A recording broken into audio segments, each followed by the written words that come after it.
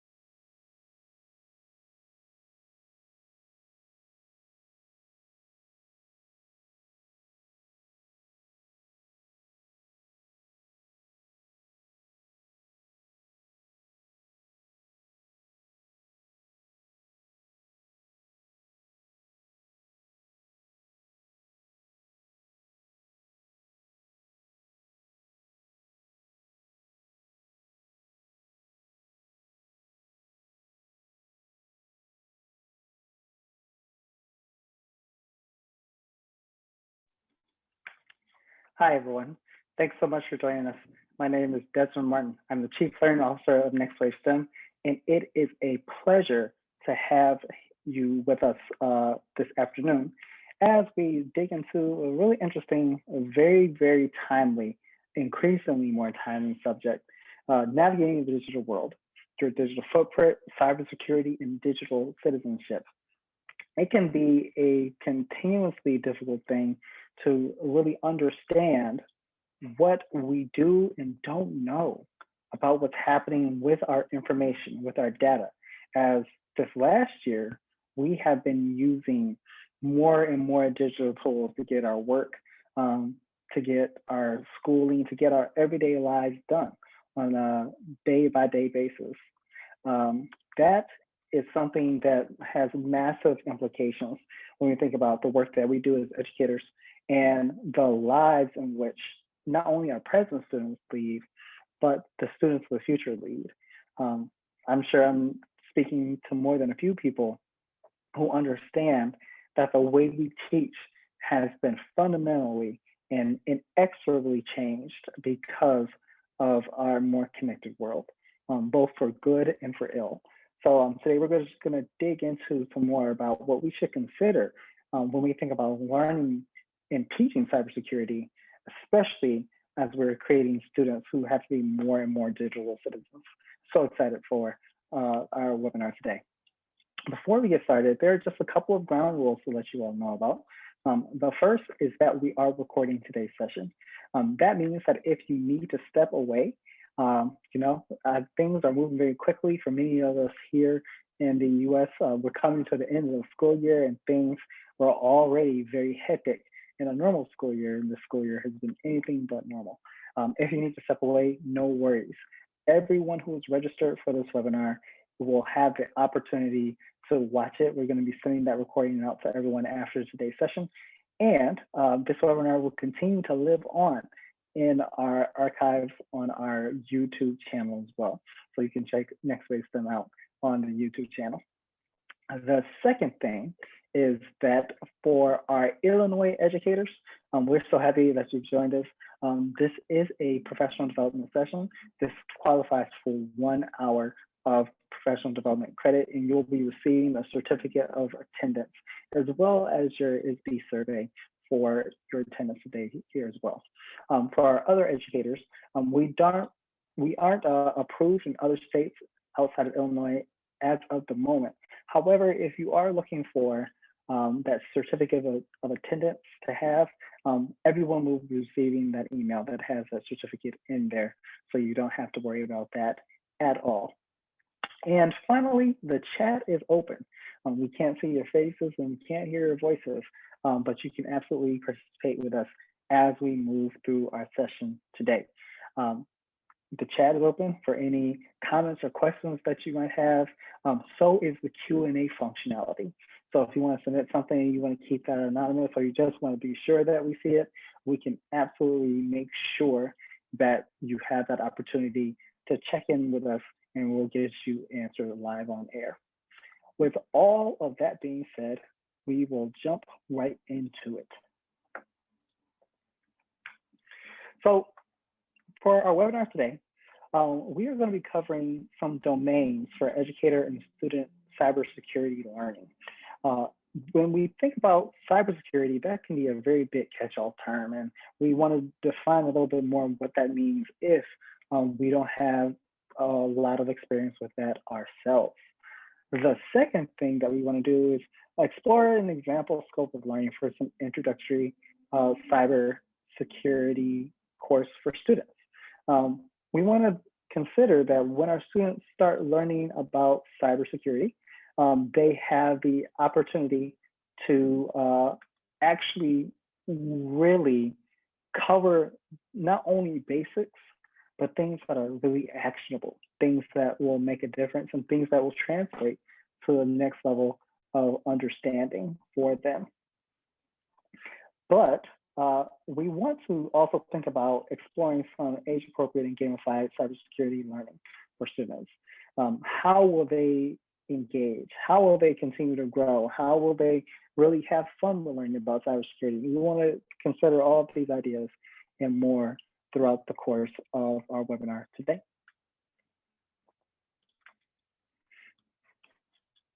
So with that being said, I'm going to make sure that our slide deck is going in the appropriate direction. And I want to take a little bit of time to introduce more of who we are at NextWave STEM. Without focusing too much on what you see on your screen, NextWave STEM, we are a young startup, educational technology startup that focuses on hands-on STEM learning for young people, K through 12. What we believe at the heart of our hearts is that young students are absolutely going to save the world. And they're going to save the world using robust technological solutions.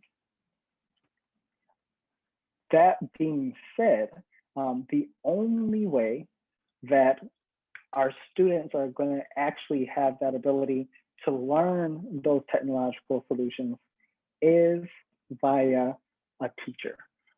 You all are the most important step in the process.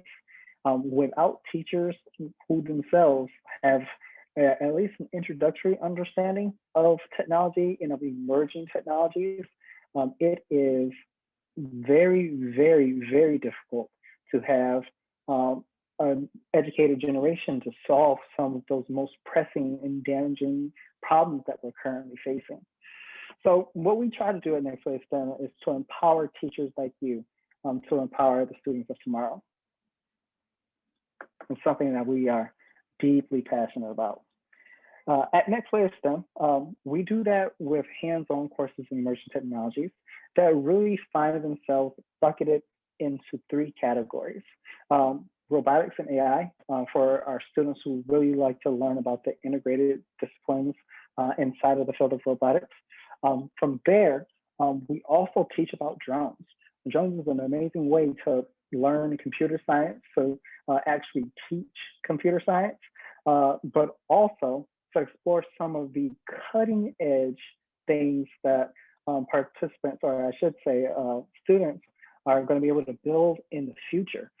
It is an absolutely phenomenal opportunity when you think about the kinds of different applications that drones are going to solve for in the future, whether that's transportation or if we're considering things like construction or package delivery and logistics. It is honestly quite incredible to consider. But then we also have courses in 3-dimensional technology as well.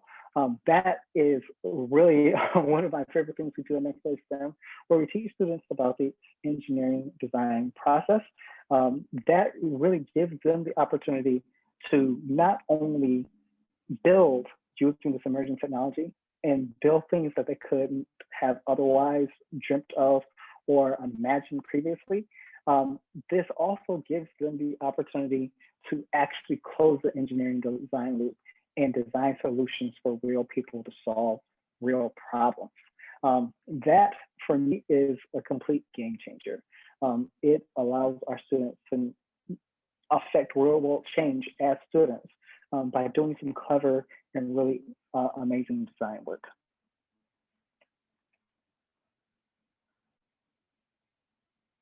So now that we have a little bit of a sense of who we are at NextWave STEM, I'd like to make our introductions.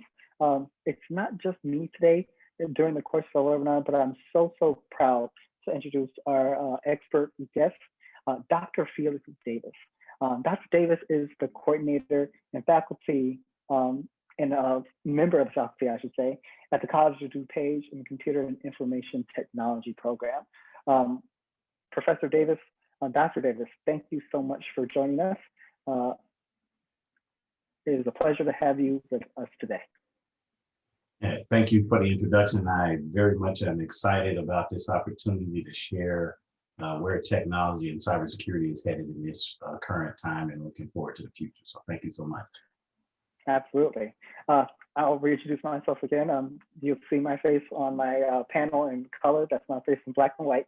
I'm Desmond Martin. I'm the Chief Learning Officer of NextWave STEM, and I will be facilitating our discussion today alongside Dr. Davis.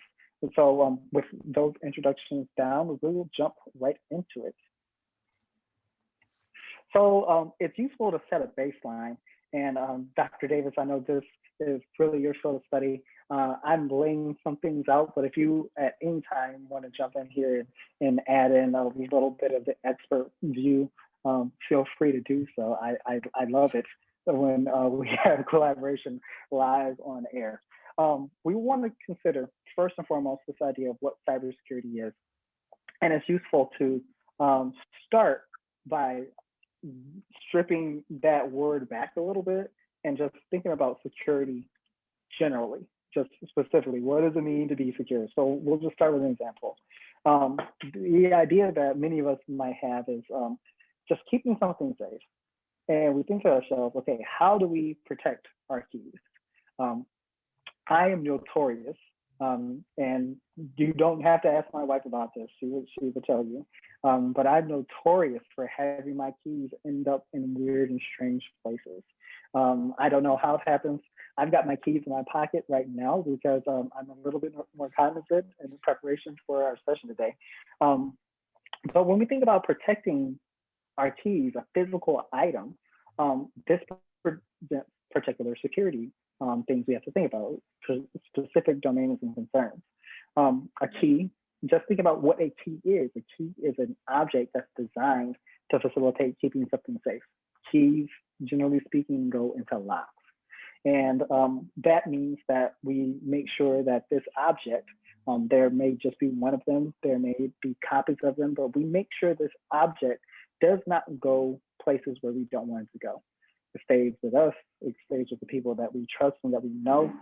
It only goes to people who should be opening these doors that may have our currency or may protect our family members or may protect whatever we deem to be valuable. It's a physical thing. If somebody wants to get this key, they have to physically remove it, or they have to make some kind of physical action against the door. They have to some way do this physical thing to get to a specific location or location. And that's where we want to start, is this difference between our physical everyday security, that which we're used to, and cybersecurity. So when we're physically securing something, whether that's fine art or our cars or vital documents, things like birth certificates, we know they exist in a limited number of locations by and large. And that means that if someone wants to come and compromise that, wants to come and take that, they have to travel to that location. They have to do something physically.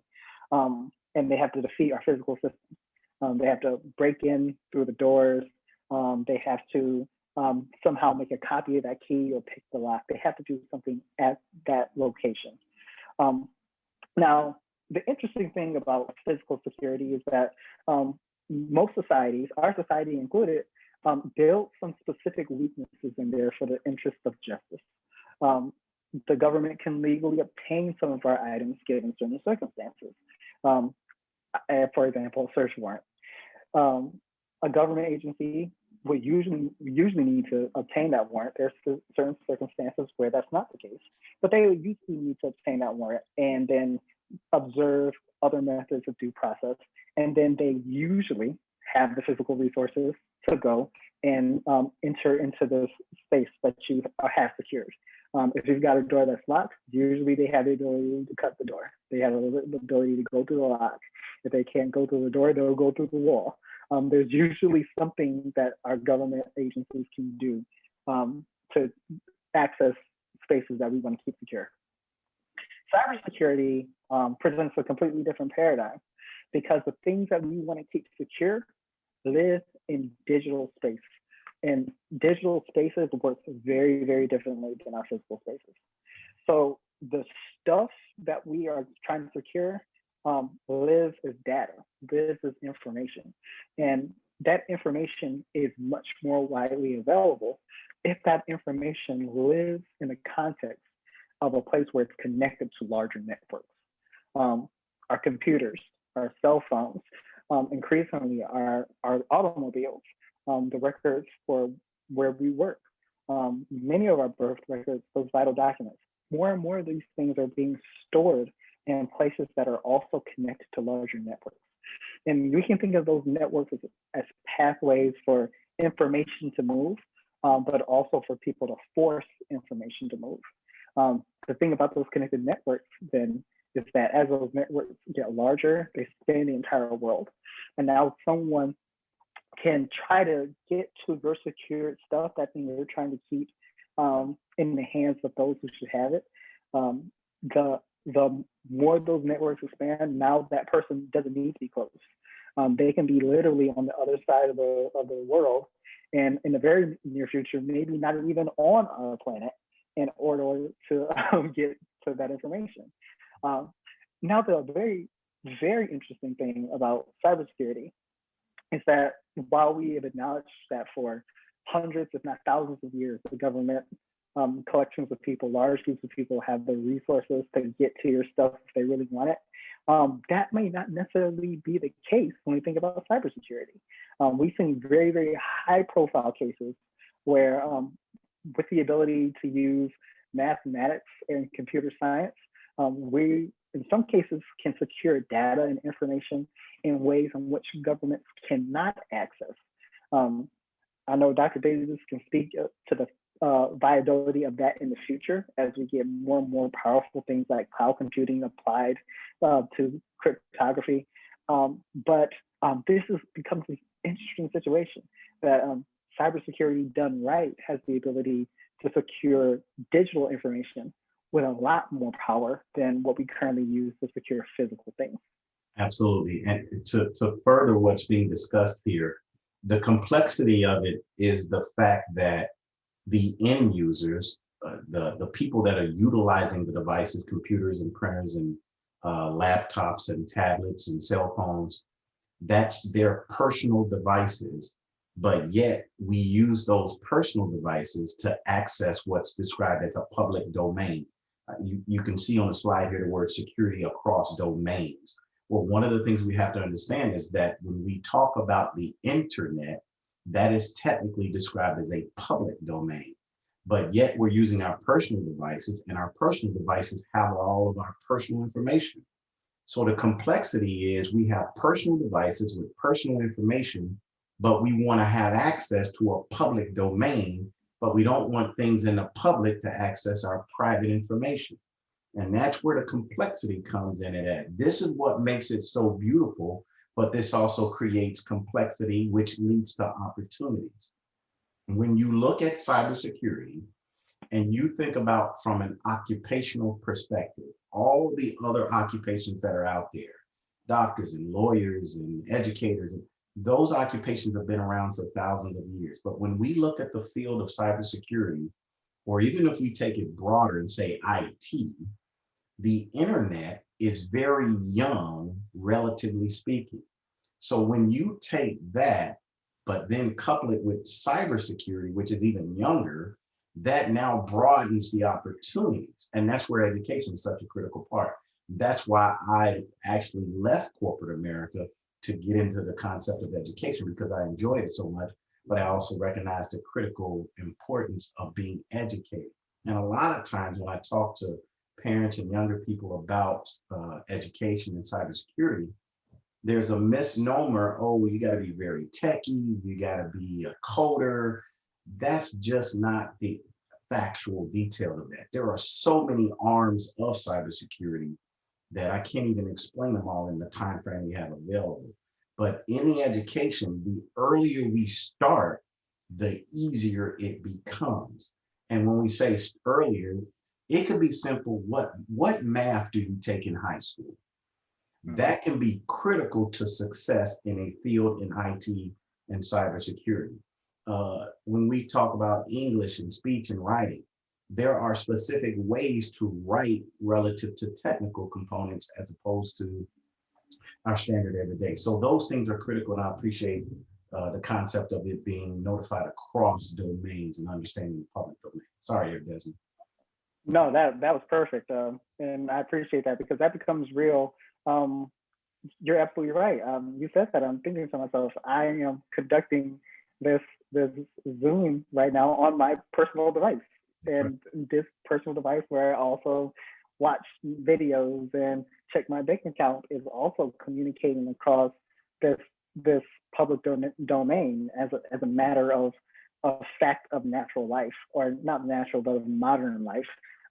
this is something that we ought to consider. So I absolutely appreciate that perspective, Dr. Davis. Something I want to talk about really briefly is how we actually lose our stuff. And this gets bucketed into this idea of vulnerabilities that Dr. Davis alluded to just a moment ago. Not to talk in great detail about all of the stuff here, some of these things absolutely make sense.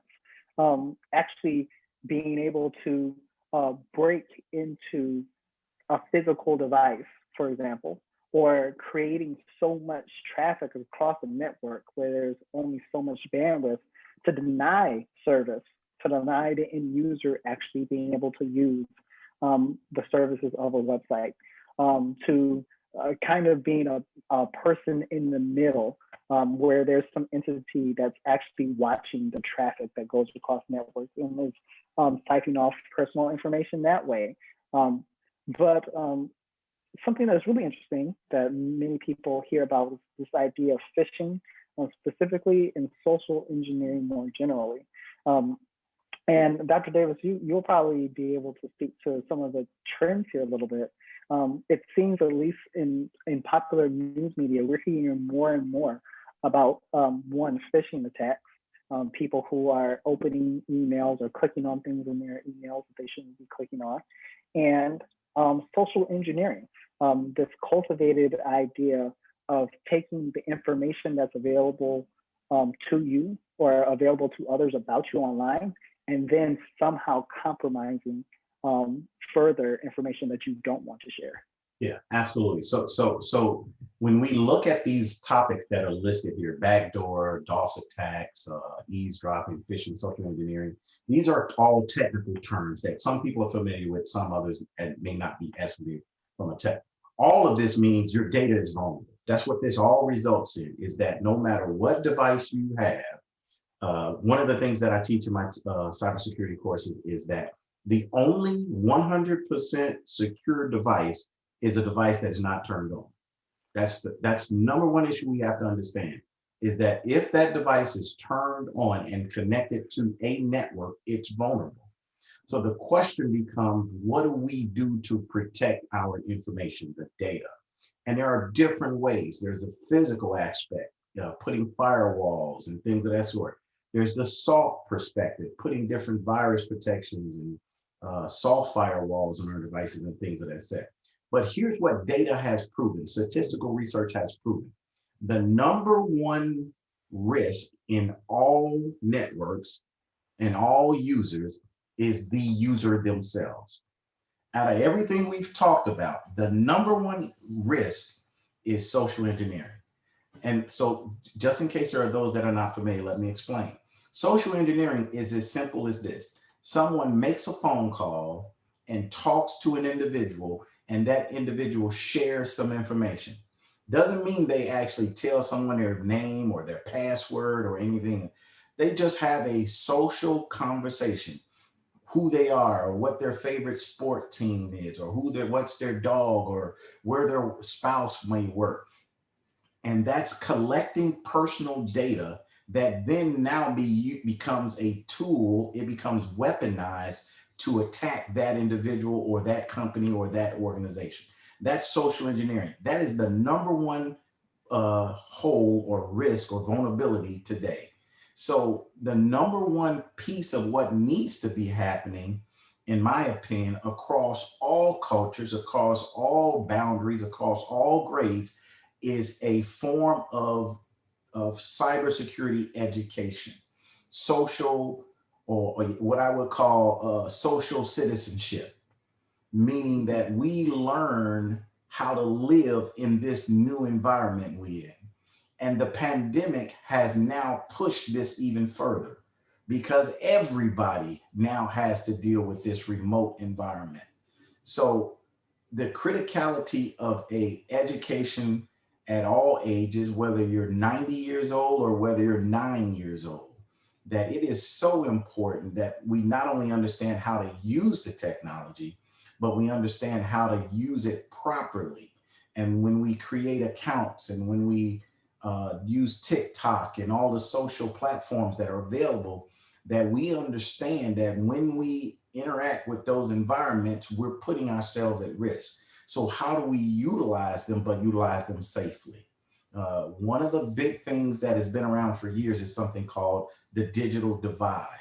Historically, that meant there were people who did not have access to the internet, and there were those that did. So those with internet access had a huge advantage over those who did not. Well, that's slightly changed. That still exists, don't get us wrong, but it has now shifted because now there are those who now have access to the internet, but they don't know how to access it and use it properly or safely. So the digital divide has not gone away. There are those that argue, oh, the gap has closed. And I argue it has not. In fact, it's gotten wider because everybody now has using the internet, but we're using it in different ways. So Desmond, I appreciate that opportunity as well.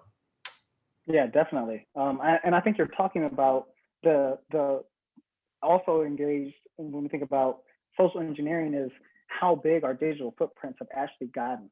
To your point, especially now because of the rise of social engineering, which there's no way to get around it, is also encompassed the rise of the social networking service. The Facebook, as it was known back when I was a high school senior, so I'll just go ahead and date myself now. The Facebook, little did we know that this would literally be a service that would change elections, that would redraw political maps, that would connect people who otherwise might not have ever connected again, that have shaped the future of even climate change. This is this powerful ecosystem, not just of Facebook, but of so many other big tech companies that fundamentally changed our digital footprint, where it might have been only so big before then, and now there's running records of what we are doing online, some of which we understand really well, some of which we have no understanding of at all. And when we even think about that, we're thinking about what this means for the ways in which children developing and growing in these spaces are now being cognitively affected. We're thinking about this, the way this changes our workforce culture and expectations. I don't have to tell any of our educators on the line what their staff meetings have turned into in the last year, thanks to the ability to do our work online, but also what that means for our systems of accountability and assessment. And at the bottom line of it, which is big and bold here, are just these issues of privacy. What information are we making available that we actually did not intend to make available? Absolutely. So with that being said, I kind of want to dig into this idea of what Dr. Davis spoke about before, of student pathways. This really critical need for our students to learn how to have a cybersecurity awareness across not just grade levels, but continuous learning as well. And I really want to put this to you, Dr. Davis, here. How do you perceive growth opportunities for students who are learning about their digital footprint specifically, but also just cybersecurity generally? If I were a middle school student and I wanted to learn about the information that was available about me online, or just about how to be secure in a cyber secure way generally, do you think the opportunities are good there? Are they growing? What do you see? I will use the analogy, say the sky is the limit, that there is no limitations of what the younger generation can obtain and have access to and succeed in this current environment, because of a couple of things. One is that the younger generation, unlike myself, that they're growing up with these tools. The biggest impact to IT, cybersecurity, and things of that sort has been access to equipment. That's the biggest impact. Meaning this, access to equipment and the evolution of equipment. Meaning this, if we talked about this in the 80s, the 90s, even in the early 2000s, all of this was around. The internet is basically starting from the early 80s, 84, there's some debate about when it's come about. But the issue is this, that cell phones and computers have come down in price so much that they are now accessible to almost all populations.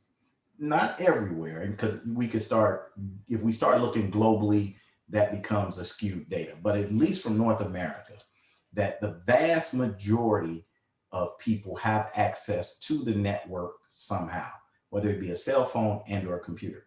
And the bigger contributing factors to that are cell phone prices have come down, or at least ways to obtain them. They still expensive, don't get me wrong. $1,000 iPhone is astronomical in my mind, but that's why I still have an iPhone 6, but that's a different subject.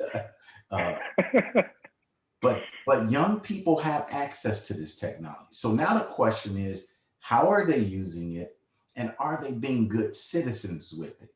And we could debate this. I have debates in my classes about this because I have people from just got out of high school to what we would call senior citizens in my class in some cases.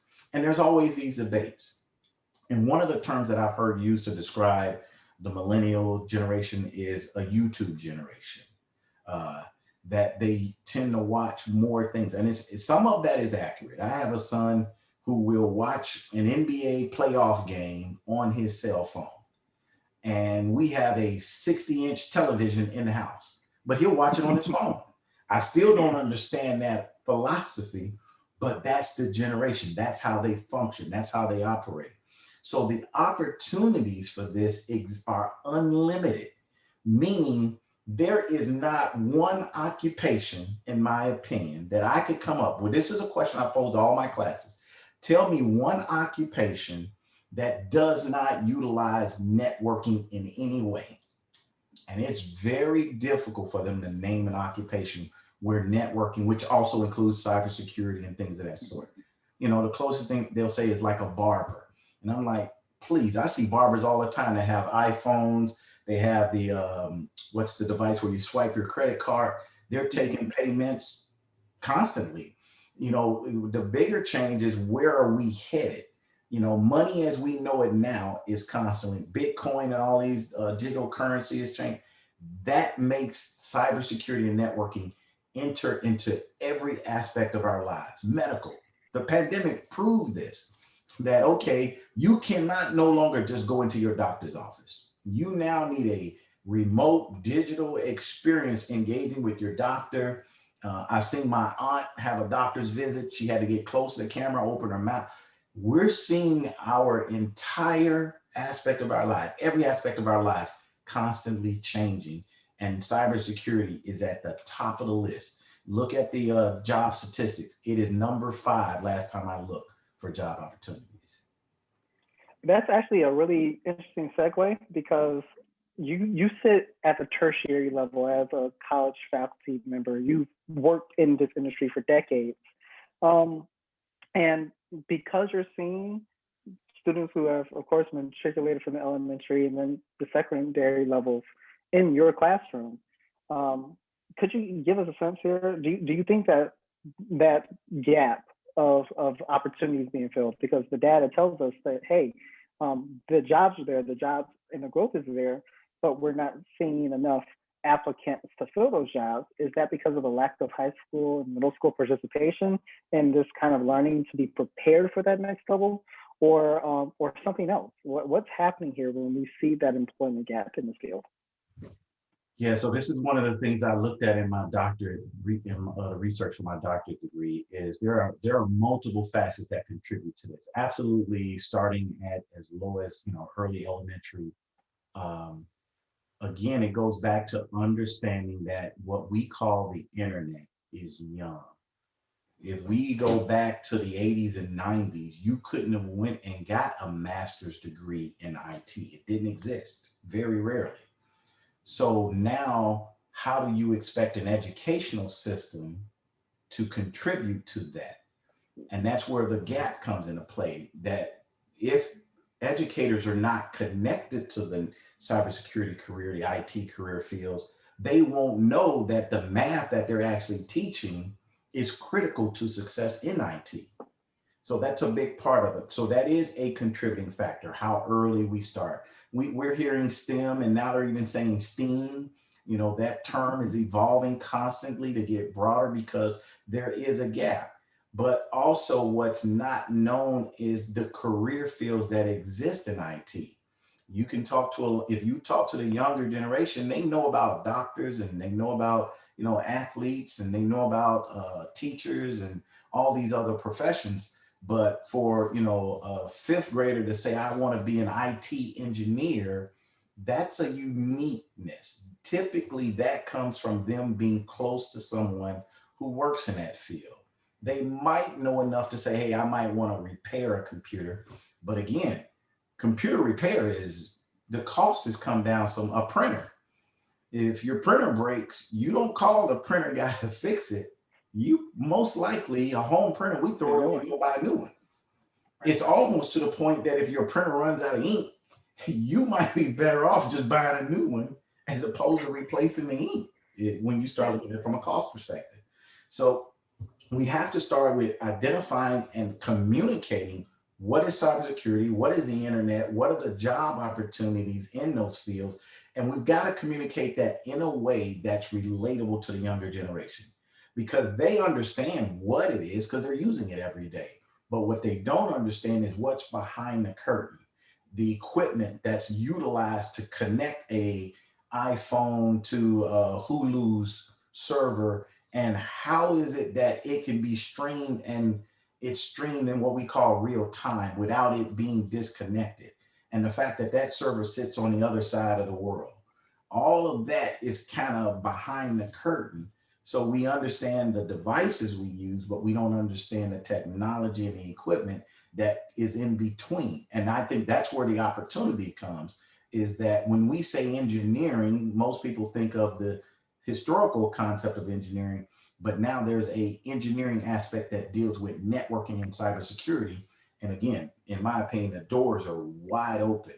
And here in the US, and it's not just the US, there is going to be a shortage, but it's not just because younger people aren't interested. It's the growth rate of the opportunity that's also generating the shortage. Definitely, definitely. The growth rate of the opportunity, that's a really striking phrase to think about, is not understanding that growth rate and responding in kind at all levels, elementary, secondary, tertiary, and graduate and beyond. And I think about, and many of our educators think about what's happening when we consider assessment. The idea that not only do we want to teach cybersecurity concepts, but we also want to understand, be able to measure and study what our students know, what they prove that they've known. So I asked this question kind of not necessarily speculating here a little bit, but imagining when we think about cybersecurity education for the middle schooler or for the high schooler. How do we assess that? What would you imagine being the ways that a student shows us and can practically prove that they're able to secure themselves and across a number of domains and a number of ways? Yeah, this is one of the biggest challenges we face right now. Is assessments is an essential part of education because we need measurable outcomes and be able to assess where a student's at and, you know, give student success and things of that sort.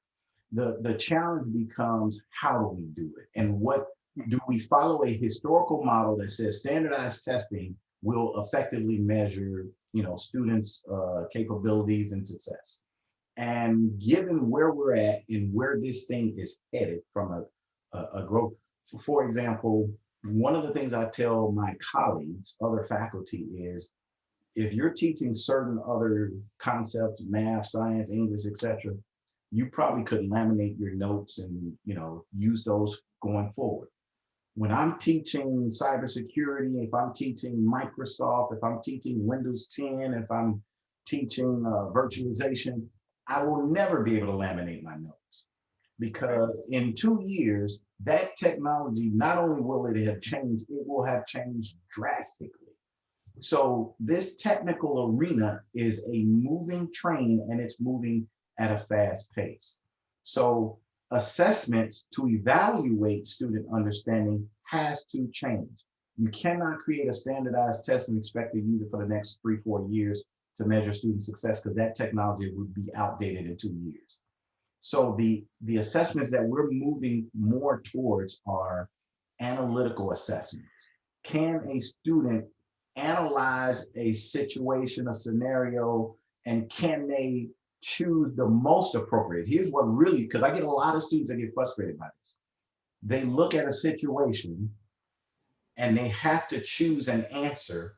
And the problem for them is 2 of the answers are correct, because there's multiple ways to do things in our career field.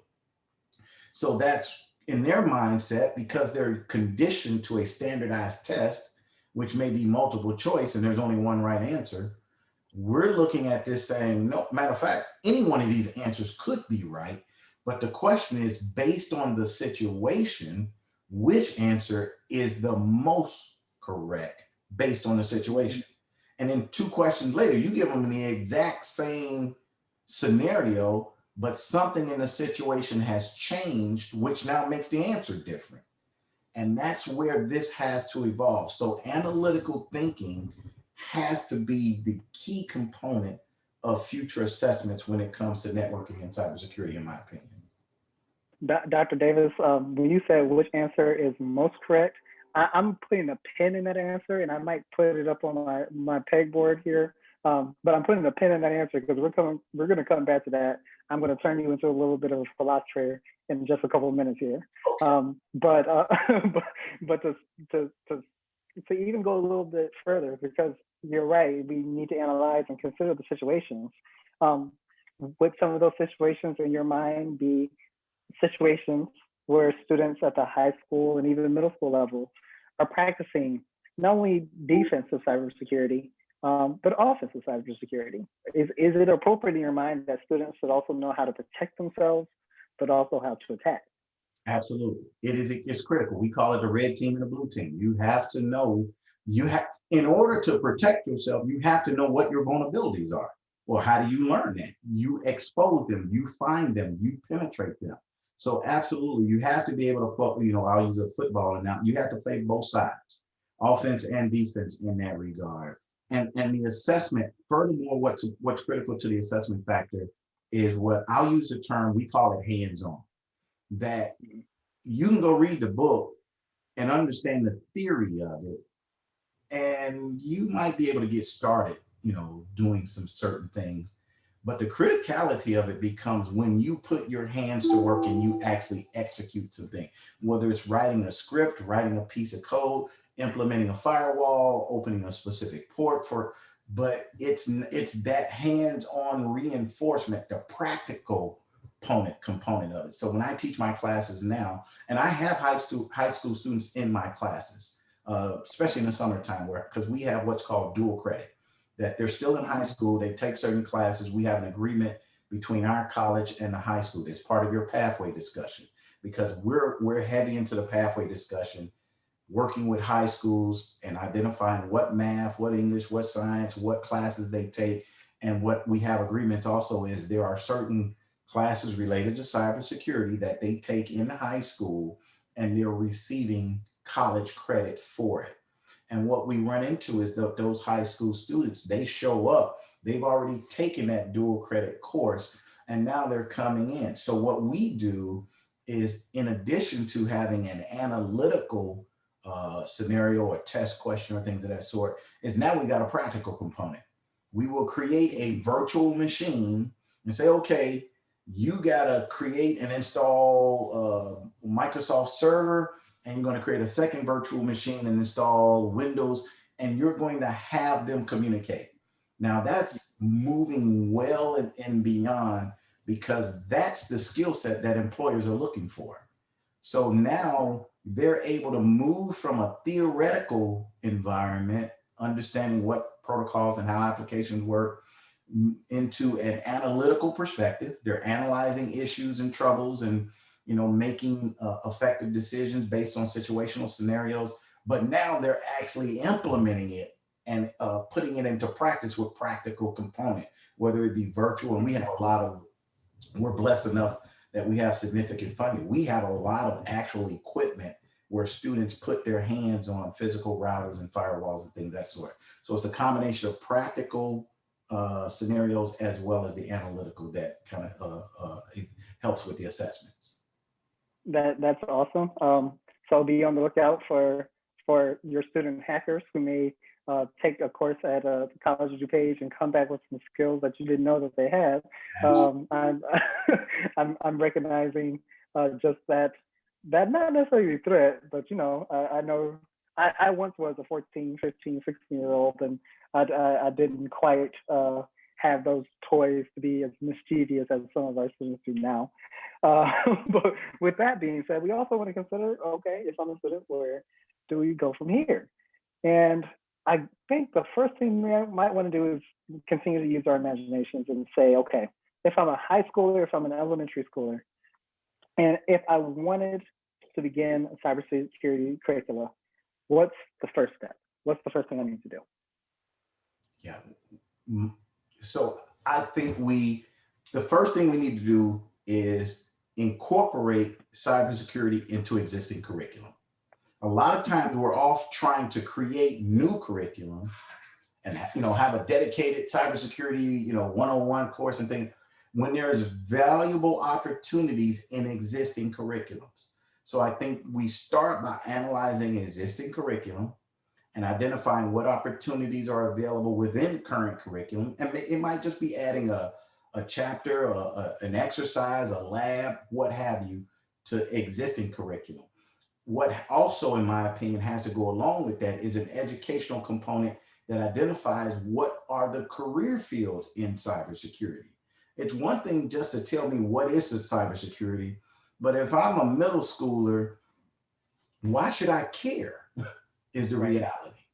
And most of society has understood that the reason we go to school is to get an education for the purpose of going to work and getting a good job. That's just a natural behavior. We also want education for, be good citizens and things of that sort, which goes back to, even with that, we need young people to be good digital citizens. So even with that being said, I would say we start by leveraging the opportunity to integrate what we're describing as cybersecurity into existing curriculum, and then expanding it from there with a pathway where we now move from elementary to a pathway to high school, so that those students that come out of elementary already know where they're headed in high. When I get to high school, I'm going to take this course because it built on what I learned in elementary. And from there in high school, the golden, egg is, okay, I'll take courses where I get dual credit. It counts in my high school and it counts towards my college degree.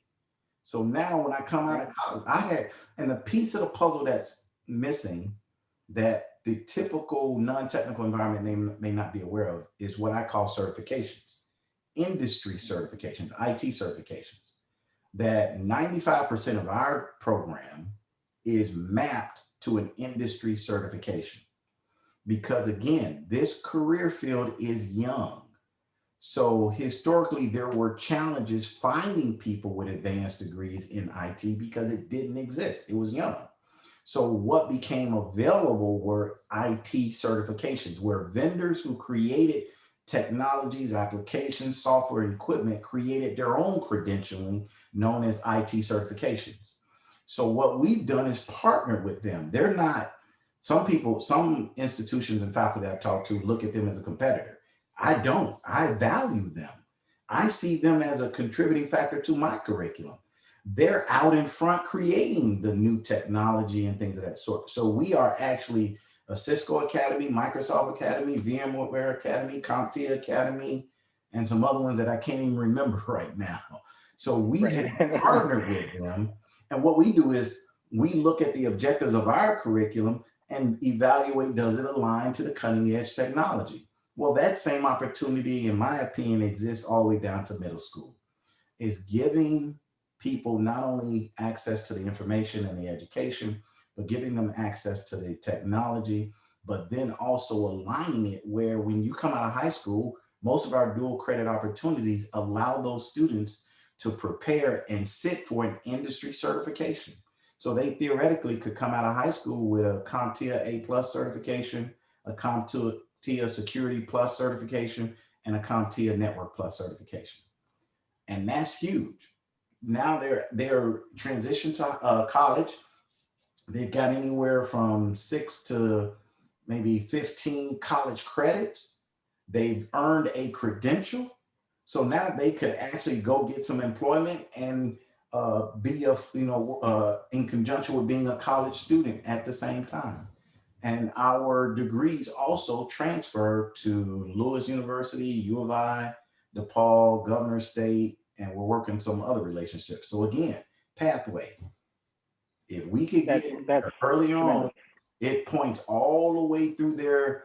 And I mean, some of that goes into what we call 3+1, where they could come out with a master's degree and earn, 5 or 6 IT certifications along the way. And now they're well prepared for a career in IT and or cybersecurity. That's a tremendous thing to think, that our students are more prepared when they hit that high school level, where they're even able to do the dual degree track, which again continues to fast track them to these careers, just to increase that participation by really intentional inclusion in current curricula. That's tremendous to think that we don't have to start from scratch here, but we can actually integrate this and see more outcomes. I would love to continue to ask you some hard, big questions. You've got some great answers. So the next big general question here, thinking about our students. Okay, we got an education pathway. If you had your druthers, if you could remake the world in the way that our students interact digitally in the world, how would you want to see our students managing their digital footprints? Would you want to see our students managing that, or would that exist in another authority? What would that look like if you had the ability to wave your hand and remake the world as you saw it? Now, this is a difficult question. This is really difficult, because what you're touching on is a concept of regulation, right? It could get into regulation. That as it stands now, the internet is technically unregulated, right? And there are debates about whether it should or should not be. I've got my own opinions, but I ain't in charge of nothing but me. So those opinions don't matter anywhere in the world. But here's the thing that I think becomes critical, that all of us as digital citizens have to understand the impact of our digital footprint. Meaning this, that employers now, I've seen some employment opportunities where they if you wanted to work for that company, they told the potential employee, give us access to your Facebook account. Right. You want this job, you want this 6-figure job, you want to be and it wasn't even technical. It could be a salesperson, whatever. We want to take a look at your Facebook account. Would you log into this computer and let us look at your Facebook account? See, that tells you that there will be a long-term impact to people's digital footprints. So I don't have a specific of what I want to require.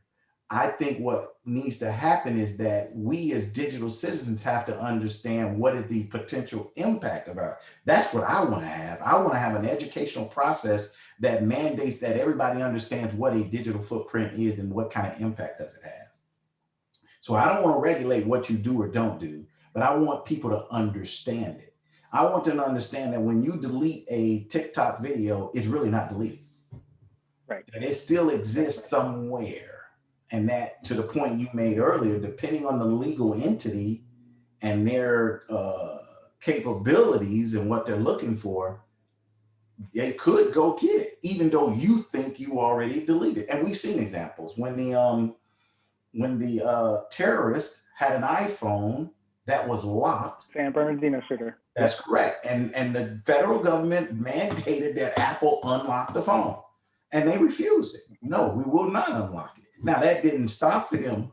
They paid a hacker to unlock the phone for them. So it just goes to show that the only secure device is one that's not connected to the network, one that's not turned on. So if every device connected to the network is at risk, how do I become a better citizen? How do I navigate this world that we're living in? And I think that's what's most important, is the educational understanding of a digital footprint, so that students and people and young people and old people, that we can all more appropriately manage it and make an educated, informed decision before we click, yes, I want to subscribe to that site or what have you, understanding what you just did when you clicked yes. That is a very, very considerate answer there, to say, okay, instead of regulating and making decisions, the bite from the tree of wisdom here is what we need for everyone, so that they can make the better decisions for themselves. I love that answer, and I love that answer so much. I'm going to ask you what I believe is an even more difficult question, if I could say it this way. And the reason I say this is because I'm returning to that answer you gave a little while ago when we talked about your students having to make the most correct choice for the situation.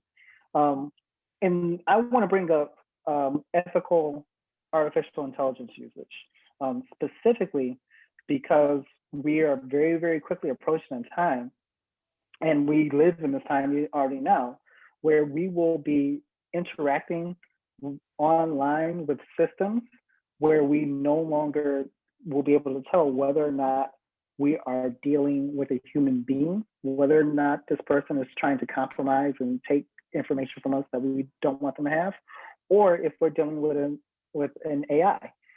That conversation, that phone call that you mentioned at the very top, where someone asks for some information, some personal information, may not be a human voice that we hear anymore. So we have to ask this question: what's ethical? What's right and good about the ways in which we both defend and attack in these changing domains and networks and information that we share, considering that it has the ability to reshape political maps and cause a loss of life even? What is the right way? What is the right way that we should approach how we integrate cybersecurity, and especially when we may be talking to some entities that aren't necessarily human? There is a term that's described in networking called borderless networking, where the original concept behind networking was we want everything to be accessible from any place at any time. That was the big vision. You can look at some Cisco marketing materials some years back. That was the big thing. We want to connect everything, and it's not networking's fault, right?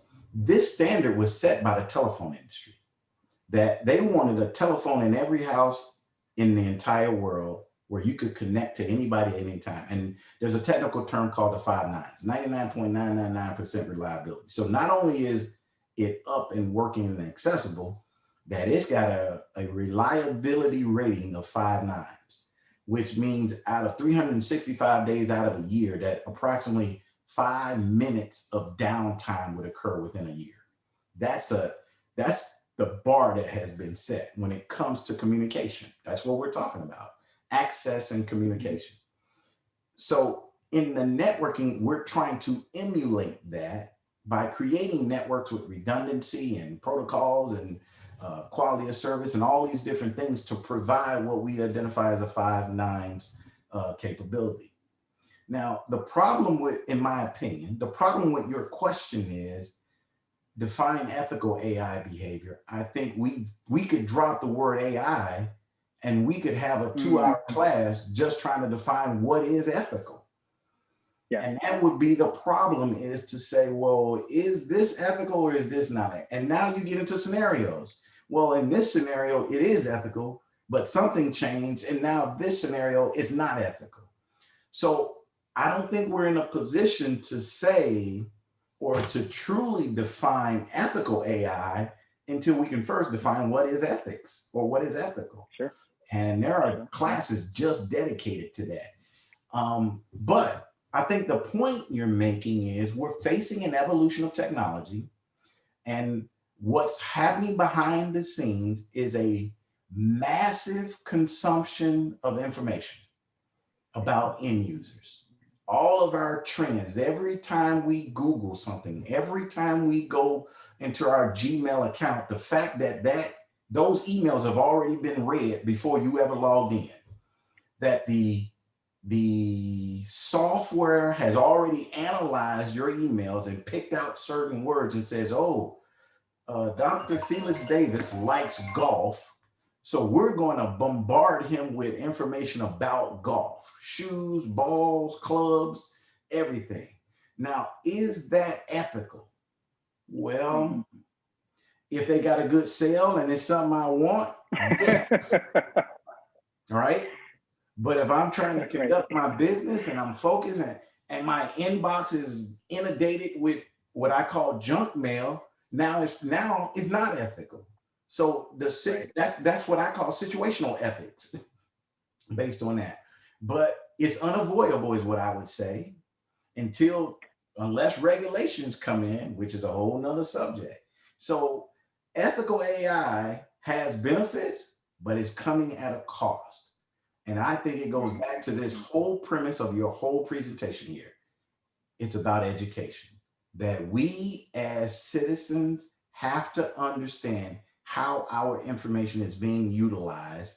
And we have to have a voice so that when, in our personal opinion, if we think something is unethical, then what do we do? How do we manage that? Well, what's the political avenue to take? One of my issues right now is robocalls. I am getting so many calls about buying used car warranties that I get at least 4 or 5 a day. So now I think that's unethical that they've somehow gotten my information. Now I haven't looked for one used warranty, so I have no idea where they're getting my information from. But I think that we should have a policy or a process in place that prohibits cold calling of that sort, because it's distracting, it's nerve-wracking. So I think those AI has its benefits, but it's coming at a cost.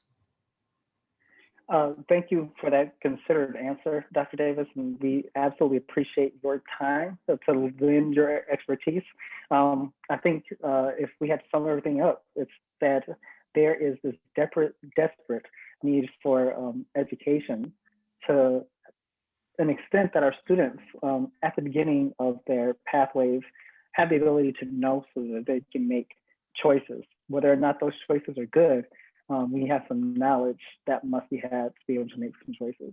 And NextWave STEM, we'd just like to leave you, because we know we're a little over time, but we want to leave you with some knowledge to maybe help you make some choices about STEM education for your students. The first is just our courses K through 12, where we explore not only the technologies, but we also engage in the career pathways, and yes, even about whether or not the career or the technology usage is ethical. That's something that we encourage in all of our courses, and we believe that you want to encourage in your students as they learn about technology. Additionally, those courses build up 9 through 12, just taxonomically increasing over time to empower your students, no matter where they're beginning.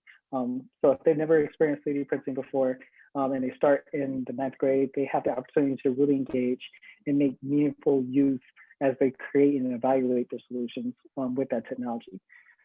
And with NextWave STEM, we try to have solutions for you that will get you out the door with what you need. That includes courses and equipment, professional development and training support, as well as a NextWave STEM certification, letting your teachers know that they are ready to go in and teach with fidelity and confidence.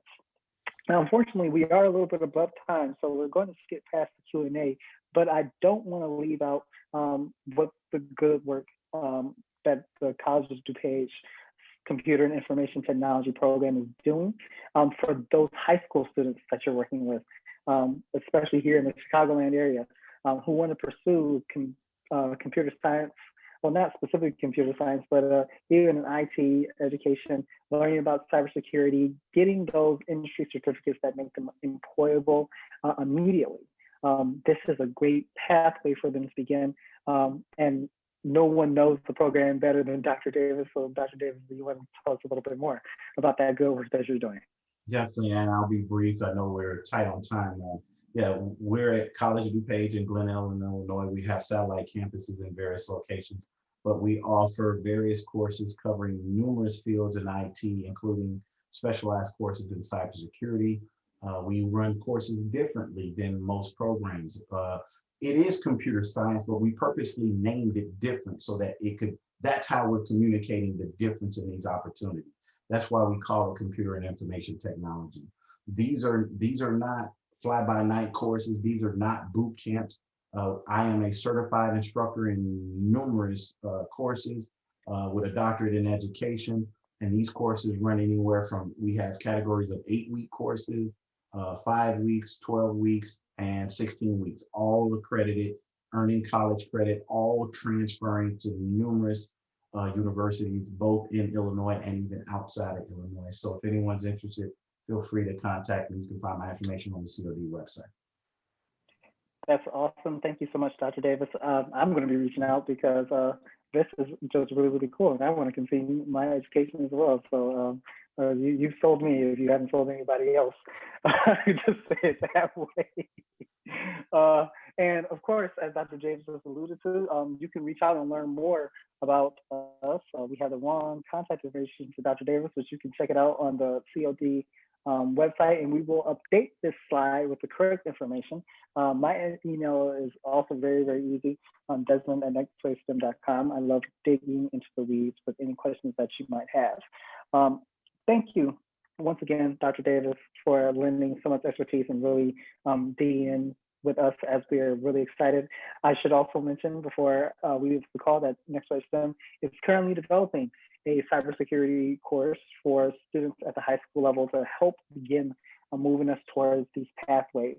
And we're really excited. We'll begin marketing and sharing more information about that in July. But we would love to continue to engage this conversation on preparing students for a future that we can't imagine. I could keep going back to the big P word that's looming over the work that we've been doing for the past 15 months. But 16 months ago, we had no idea that so many of us would become Zoom experts or even know what Zoom was. So we hope to be flexible. We hope to continue to make a real difference and real changes in what the students are doing. For each of our participants, to you, Dr. Davis, once again, thank you so much for participating with us. I always have a blast when we do these, and we hope that you do as well. Until we speak with you again, be safe and be well. Dr. Davis will leave you with the last word. Oh, absolutely. My last words will be this, that these are not challenging times. These are not difficult times. We shouldn't be afraid of networking or cybersecurity. These are all opportunities for us to contribute to the next generation and opportunities for us to learn more about technology and evolve as it goes forward. Cybersecurity is a part of everybody's life. The question is how much of it and how do you handle yourself most appropriately given today's time. Again, NextWave, Desmond, thank you guys for allowing me to be part of this opportunity. Absolutely. Everyone have a great rest of the day, and we will be talking again with you very soon. Bye now. Take care. Desmond, give me a call. Yes, sir.